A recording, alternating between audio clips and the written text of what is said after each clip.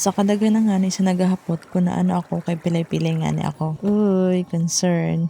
So yan ang nga ni simbagong ko na mga hapot niya. Ikang-ikang ako kay ang kaliliki sa pana ni Cupido. Katarapilok ako. Hala, siguro matulog kasi mana na yan na pangyari sin si Kiko. Hala, kaawat na.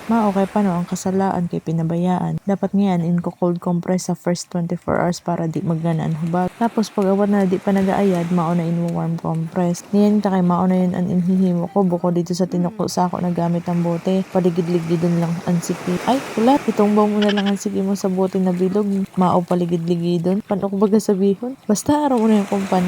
Itiri mo ko na ngayon ito. Kaya siguro nananog naman ini. Kaya nag-agdan ako padagat kay basi pa umayad na. Intro-testing ko na nga idalagan kay mali na sanay na ang siki ko na ki. Haha. Pilay-pilay baga. Diri, oo, paig pa. Basta i-update ko na lang kamo kung ayad na. Mauman lang.